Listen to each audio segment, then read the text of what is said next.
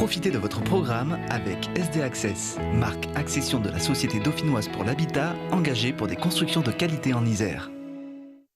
Prenez soin de votre santé et de l'environnement avec Medialp, vente et location de matériel de confort médical. Profitez de votre programme avec Grenoble-Alpes Métropole, la métropole qui s'engage pour l'environnement.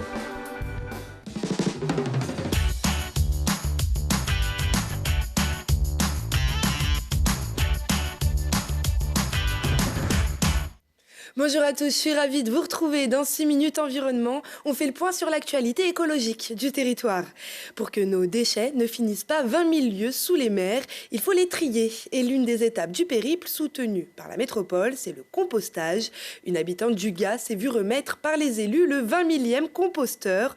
L'objectif est que tous les foyers non desservis par la collecte adoptent une solution de compostage de proximité, c'est-à-dire en individuel ou partagé, ce qui permettrait une réduction annuelle de 1300 tonnes sur le volume collecté. Voici les détails de Camille Avonf. 60 kilos, c'est le nombre de déchets alimentaires qu'un habitant de la métropole produit par an. Alors pour valoriser et tirer profit de ces déchets, le composteur est votre nouvel ami. Contrairement aux préjugés, dans le composteur, on peut mettre de tout. Peau d'orange, de poisson ou encore petits os de viande, tous vos déchets alimentaires s'y sentiront bien. Une solution pour alléger vos poubelles grises tout en préservant l'environnement. La composition du déchet alimentaire qui est en fait basée sur de l'eau. Un légume, c'est 80% d'eau. Et donc aujourd'hui, le mettre dans une poubelle, c'est l'amener dans un incinérateur. Quelque part, un truc complètement aberrant de brûler de l'eau. Vous pouvez aussi rajouter du papier carton ou de la paille pour ajouter de la fibre et aider à la décomposition. Au bout de 6 mois, vous allez recueillir le fruit de vos efforts, un engrais très fertilisant pour les sols. Depuis 2011, la métropole a à cœur de mettre en avant cette nouvelle pratique. Aujourd'hui, le tri des déchets alimentaires est en train quasiment d'être déployé complètement à l'échelle de la métropole, dans toutes les communes. Et nous sommes une des métropoles les plus en avance sur ces sujets, parce qu'il y a quelque chose qui finalement est très bien accepté. Donc soit vous avez tout simplement un composteur à disposition chez vous, soit un composteur collectif dans une copropriété, soit tout simplement un bioseau qui vous permet de mettre ensuite dans la poubelle dédiée aux déchets alimentaires. À l'occasion de la 9e phase de l'opération de déploiement du tri des déchets alimentaires, le 20 millième composteur a été distribué à une habitante du Gard.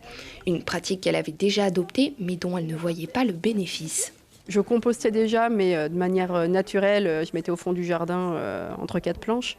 Là, c'est simplement de pouvoir récupérer le fruit de ce compostage et pouvoir s'en servir pour rejardiner derrière. Il est recommandé néanmoins d'éviter de mettre des coquilles de fruits de mer car ils se décomposent mal. Et si vous voyez que votre composteur attire trop de mouches ou sent trop fort, pas de panique, ne mettez plus ces déchets en question. Avec le temps, vous trouverez l'équilibre.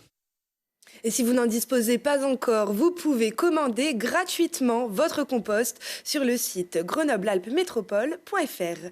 Et les jeunes aussi se préparent aux enjeux d'aujourd'hui et demain. Collégiens, lycéens ou étudiants et déjà entrepreneurs en herbe, ils ont présenté leur innovation lors du festival des mini-entreprises. Au total, 250 mini-entreprises ont vu le jour sur la région Auvergne-Rhône-Alpes. Un reportage d'Elisa Essabi. Jeux de société, outils écologiques ou encore vélos pour recharger les appareils électroniques, le Stade des Alpes a accueilli le festival des mini-entreprises et ses 850 jeunes venus présenter leurs projets. Comme Wake Up qui a mis en place un outil pour se souvenir du jour de sortie des poubelles. On met une pastille sur le jour qui correspond à la sortie des poubelles. On a un petit système de flèches au cas où que, par exemple le mardi, on doit sortir la poubelle verte et la poubelle jaune, mais une semaine sur 2. Donc on met nos 2 pastilles sur les 2 trous. Et un coup qu'on a sorti une poubelle, on peut tourner la flèche vers la poubelle à sortir la semaine prochaine. Au total, ce sont 51 stands qui sont tenus par de jeunes entrepreneurs allant du collège jusqu'aux formations post-bac. Et pour certains, le projet est allé au-delà d'un travail scolaire. De base, là, on fait une mini-entreprise M. C'est-à-dire que c'est un peu sur le cours de l'année, mais on doit s'arrêter au prototype, on ne doit pas le mettre. Et tellement que le projet nous a motivés, on a décidé de continuer ça avec de l'extrascolaire. Avant que ça fasse partie du lycée, que ça soit que des notes, ça fait aussi partie de la planète, ça peut répondre à des besoins, des services. Et donc notre but, c'est de satisfaire les usagers qui pratiqueront ça.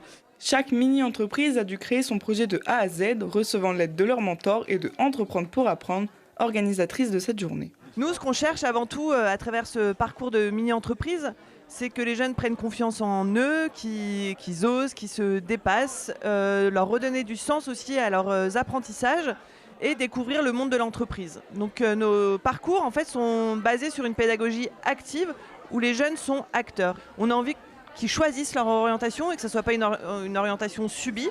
Et donc c'est pour ça qu'on travaille avec eux sur l'ensemble de ces projets. La journée s'est soldée par une remise des prix qui se déroule entre musique et bonne ambiance et où certaines mini-entreprises ne manquent pas de se démarquer par des slogans haut en couleur. On compte sur vous, réveillez-vous et n'oubliez pas, pisser sous la douche ne suffira pas. Cette année leur aura permis d'apprendre à monter une entreprise et certains jeunes continueront dans ce sens. Et dans l'agenda, plus de 280 rendez-vous nature gratuits sont au programme en Isère. Jusqu'au 1er octobre, le département propose des animations dans les 50 espaces naturels sensibles. L'occasion d'apprendre à connaître la biodiversité et ses enjeux. Tous les événements sont à retrouver sur le site du département isère.fr. 6 minutes environnement, c'est terminé. Je vous donne rendez-vous un dimanche sur 2 à 18h30. Excellente semaine à tous.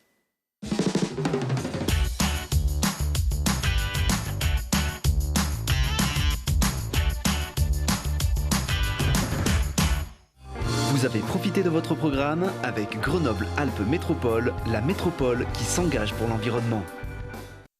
Prenez soin de votre santé et de l'environnement avec Medialp, vente et location de matériel de confort médical. C'était votre programme avec SD Access, marque accession de la Société dauphinoise pour l'habitat, engagée pour des constructions de qualité en Isère.